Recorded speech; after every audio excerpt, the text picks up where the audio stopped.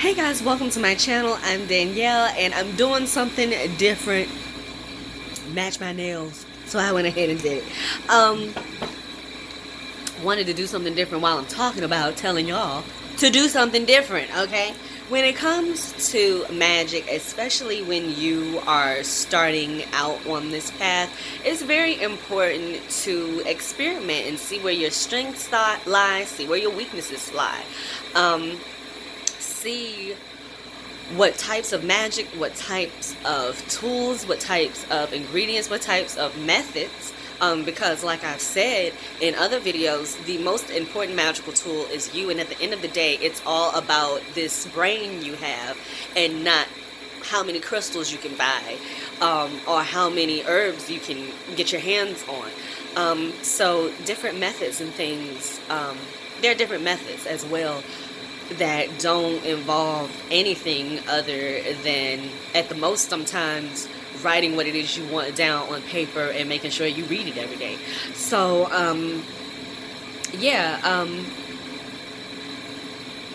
it's about finding where your strengths lie in methods, tools, and different types of spells. So this is what this video is about. I think I'm going to title it "Don't Be a One-Trick Pony." Excuse me. Especially starting out, it's exciting and overwhelming also, to get on this path, and there are so many different things, to learn and do and know. And some people, when they get overwhelmed, they will say, okay, well, this is what I'm spitting all over the place. This is what I'm most familiar with, and this is what I'm going to stick to. Don't pigeonhole yourself. Or you can find that you may have had such great success with the first type of spell or genre of spell, if you will, you've come across.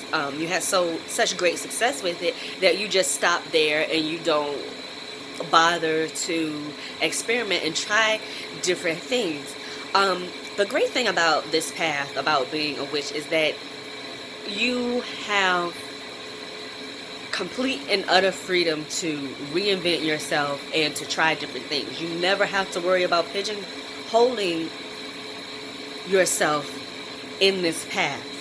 You never have to worry about sticking to one thing. So don't. Feel free to do these things. Feel free to experiment and see where your latent abilities lie, because you'll be surprised, especially starting out on this path. You can tend to look at other witches that have been on the path for a while, and it's like, oh my god, they can do such fantastic things, such powerful things, and I feel like I can't do anything. Well, one of the ways to discover what your abilities are that are just natural, because everyone has natural abilities, it's to experiment with different things. Like, it was my experimenting with laying hands on myself that I realized just how good I am at healing, and it's not something that I had to read a book about. It was just something natural that came to me, and I just instinctively said, okay, this is what I'm going to do, this is what I'm going to think, and it worked. So do that, experiment. And another reason why experimenting is important, not just to find your abilities, not just to find your latent abilities and strengths and different things, or things to maybe avoid, because maybe some certain magics might not resonate with you. It seems like, okay, I either can't get this spell to work, this type of spell to work, or it seems like every time I do this type of spell, something is off about it.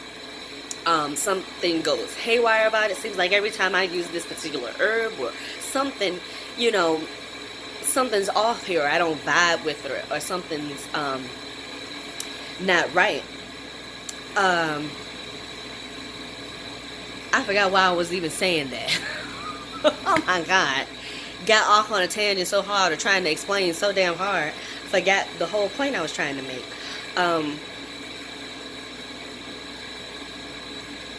Well, through experimentation, you can find some things that you, like I was saying, I guess.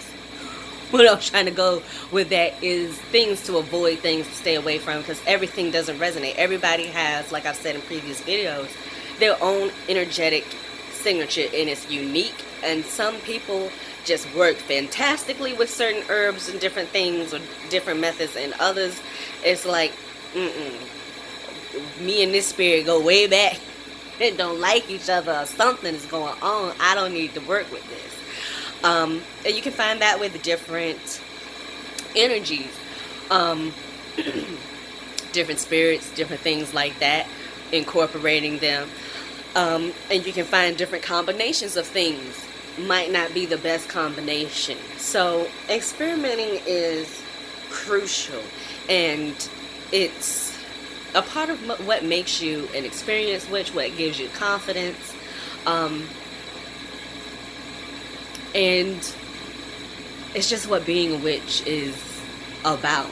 It's about trying new things, getting your hands dirty, and figuring out what works best for you. Because everything is, what works for the next witch may not work for you.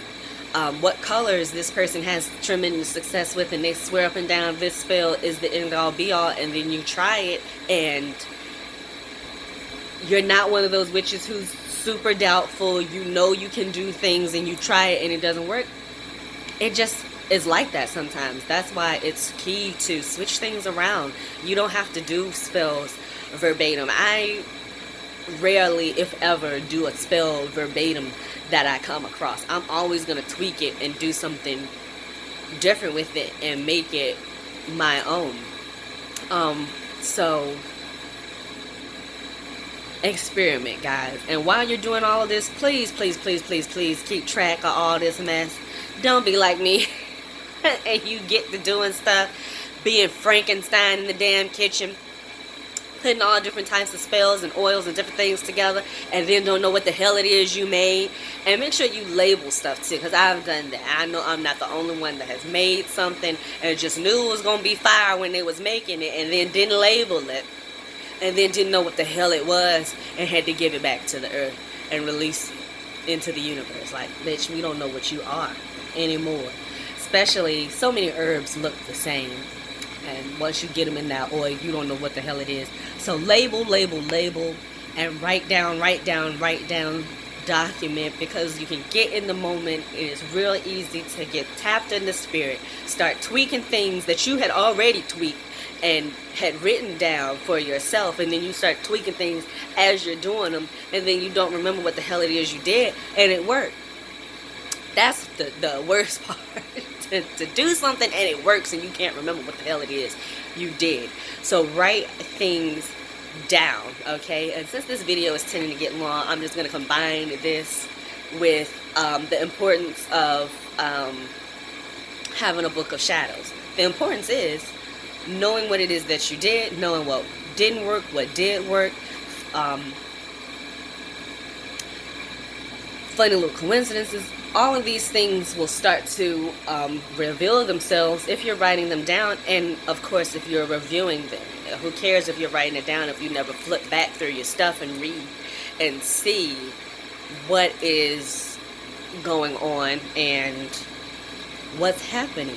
You'll be surprised at all of the movement that you're getting in different spells that you weren't even paying attention to until boom, something dramatic happened, and you realize, oh wow, it's working. No, it's been working, and you were writing it down the whole time. You just didn't go back and read and see what was happening. So yeah, that's my little my little rant, if you will. It's not really a rant, but I'm passionate about witchcraft, and so you can see it in this video. I want you guys, especially as beginners and intermediate, advanced, everybody needs to experiment, because when you tend to get real comfortable the longer you do something, and then you don't bother to try new things, and then when you finally do, it's like, oh my God, I wish I had did this 5 years ago when I first learned about it, or something like that. So keep your magic fresh. I mean,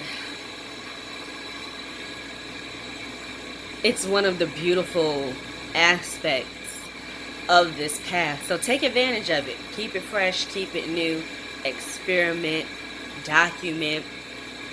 And another thing I wanted to say as well, as far as getting results in your magic and experimenting so you can get those results. Figuring out what color is best when it comes to you doing love spells, money spells, whatever spell it is. Figuring out what herbs resonate and work best with you. Figuring out what type of spell, jar magic, candle magic, sigil magic, whatever works best with you and what it is you're trying to accomplish. What I want to say is, or a little way I want to put this, as far as thinking of your spells in this way. Think of your spell as a symbolic key to unlocking the reality that you want. If one key doesn't work, think about all of your elements, the colors, the herbs, the type of spell, your words, keeping in mind what it is you're thinking about, what's going on in the background, what kind of music you play, all of the elements that make your spell your spell. Think of all of those components as coming together to be a key. Each little component is the tooth or something like that, and it makes a unique key. If that key isn't the key that unlocks what it is you want, try different things. Sometimes it could be a few keys need to be, a few teeth or whatever on the key needs to be changed. Sometimes it may be the whole damn key. You need to try something else. So experiment, guys. And another thing I want to say too, when it comes to your spell, if you're finding that you're having to experiment to get what it is that you want, keep in mind what it is you're trying to accomplish and what element, earth, air, fire, water, resonates with the situation you got going on currently and where you're trying to go, and what element would be the best bridge for that. And then that can help you see as well what it is you need to do and what kind of spell, because normally spells lean toward an element. Like you have your smudging or blowing powders or things like that. That's dealing with air. Your candle, fire. Spiritual baths, water.